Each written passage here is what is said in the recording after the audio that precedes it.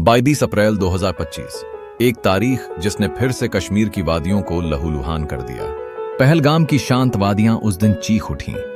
गोलियों की आवाज, चीखते हुए लोग और बिखरा हुआ खून। आतंकवाद ने एक बार फिर मासूमियत को मार डाला। 26 हिंदू पर्यटक सिर्फ इसलिए मारे गए क्योंकि वो भारत से थे। क्या यह सिर्फ एक हमला था या एक सोची समझी साजिश? पाकिस्तान की भूमिका क्या है और अब भारत क्या करेगा? पहलगाम में आतंकी हमला, 26 मृत, 30 से ज्यादा घायल। भारत ने पाकिस्तान से सभी नागरिक वीजा रद्द किए। सेना हाई अलर्ट पर, कूटनीतिक संबंधों पर संकट। क्या ये 26/11 के बाद सबसे बड़ा टर्निंग पॉइंट है? 22 अप्रैल की सुबह जब देश ईद की छुट्टियों के बाद सामान्यता की ओर लौट रहा था, पहलगाम में 4 टूरिस्ट बसें शेषनाग झील की ओर जा रही थीं।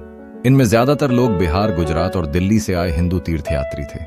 सुबह 10:45 पर जंगलों के बीच बनी सड़क पर अचानक गोलियों की आवाज गूंजी। घात लगाए बैठे आतंकियों ने AK-47 से सीधा फायरिंग शुरू कर दी। पहली बस सबसे ज्यादा निशाने पर रही।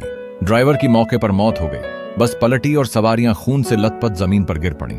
घायल टूरिस्ट का बयान, हम कुछ समझ ही नहीं पाए। एक पल पहले लोग पहाड़ देख रहे थे और दूसरे ही पल गोलियां चलने लगीं। मैंने अपनी बीवी को ढूंढा तो वो खून में लथपथ थी। हमला करीब 12 मिनट तक चला। सुरक्षा बलों के पहुंचने तक आतंकवादी फरार हो चुके थे। 26 लोग मारे गए, जिनमें 11 महिलाएं और 3 बच्चे शामिल थे।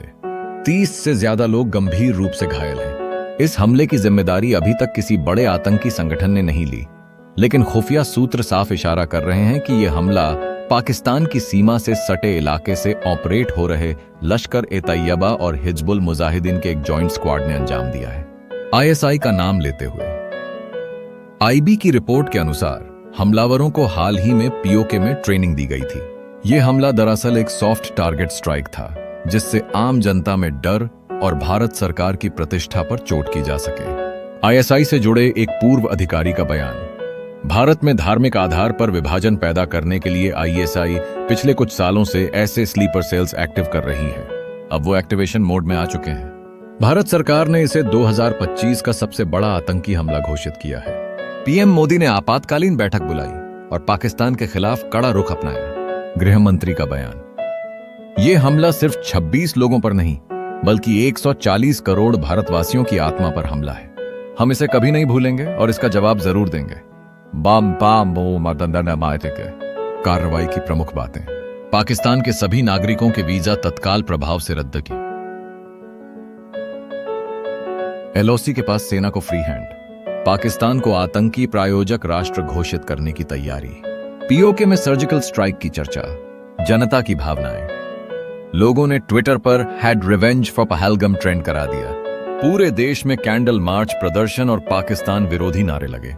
भारत की तीखी प्रतिक्रिया के बाद पाकिस्तान ने हमेशा की तरह एक पुराना स्क्रिप्ट दोहराया, हम आतंकवाद का समर्थन नहीं करते, ये भारत का आंतरिक मामला है। पाकिस्तानी विदेश मंत्रालय का बयान, हम इस घटना की निंदा करते हैं, लेकिन भारत बेबुनियाद आरोप लगा रहा है।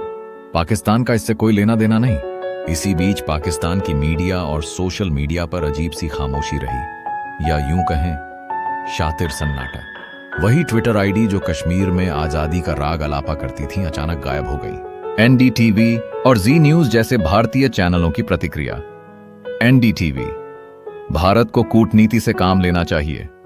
जी न्यूज, अब आर पार की लड़ाई, पाक को सबक सिखाओ। क्या भारत अब POK पर सीधा हमला करेगा? क्या यह 1971 जैसा युद्ध दोहराया जाएगा? हमले के बाद भारत पाकिस्तान के बीच असली जंग अब सीमाओं पर नहीं, बल्कि स्क्रीन और ट्विटर पर लड़ी जा रही है। भारतीय सोशल मीडिया पर प्रतिक्रियाएं, revenge for Pahalgam @million post, Fox strike now 4.5 million bar trend. Pakistan is a terror state, अंतरराष्ट्रीय स्तर पर ट्रेंड। पाकिस्तान की ओर से काउंटर, इंडिया अपने ही लोगों को मारकर पाकिस्तान पर आरोप लगा रहा है। फेक इमेजेस, AI से बने वीडियो, गलत जानकारी। दोनों देशों के यूट्यूबर्स, टिकटॉकर्स और इन्फ्लुएंसर्स एक दूसरे के खिलाफ जहर उगलने लगे। जैसे ही भारत की जनता गुस्से में आई, पाकिस्तान से सिंपैथी कार्ड खेला गया। एक भारतीय ट्विटर यूजर का बयान, हमने पुलवामा देखा, उरी देखा, अब पहलगाम। कब तक हम मोमबत्ती जलाते रहेंगे? अब हमें सर्जिकल नहीं, फाइनल स्ट्राइक चाहिए। हम पहुंचे श्रीनगर से 90 किलोमीटर दूर पहलगाम के नजदीकी गांव में, जहां इस हमले ने सिर्फ पर्यटकों को नहीं बल्कि स्थानीय कश्मीरियों को भी झकझोर दिया। एक मुस्लिम टैक्सी ड्राइवर का बयान, मैंने अपनी आंखों से देखा, उन लोगों को बख्शा नहीं गया। ये इस्लाम नहीं है, ये तो जानवर हैं। एक कश्मीरी पंडित का दर्द, हम सालों बाद यहां आए थे, हमें लगा था अब माहौल बदल गया है, लेकिन फिर वही गोलियां, वही चीखें। क्या हमारी कभी कोई जगह होगी यहां? बहुत से मुस्लिम युवक स्थानीय पुलिस के साथ मिलकर बचाव कार्य में लगे थे, परंतु सोशल मीडिया पर सिर्फ विलेन बनाकर पेश किया गया। यही सबसे बड़ा नुकसान है, सच दब गया। स्थानीय प्रशासन, कश्मीर में आतंकवादियों की संख्या फिर बढ़ रही है। हम हर गांव की छानबीन कर रहे हैं, मगर स्लीपर सेल्स अब गांवों तक फैल चुके हैं। भारत ने अब तक खुलकर कुछ नहीं कहा, लेकिन अंदर ही अंदर सब कुछ तैयार हो रहा है। वायुसेना के जेट्स जम्मू के एयरबेस पर सक्रिय हो चुके हैं।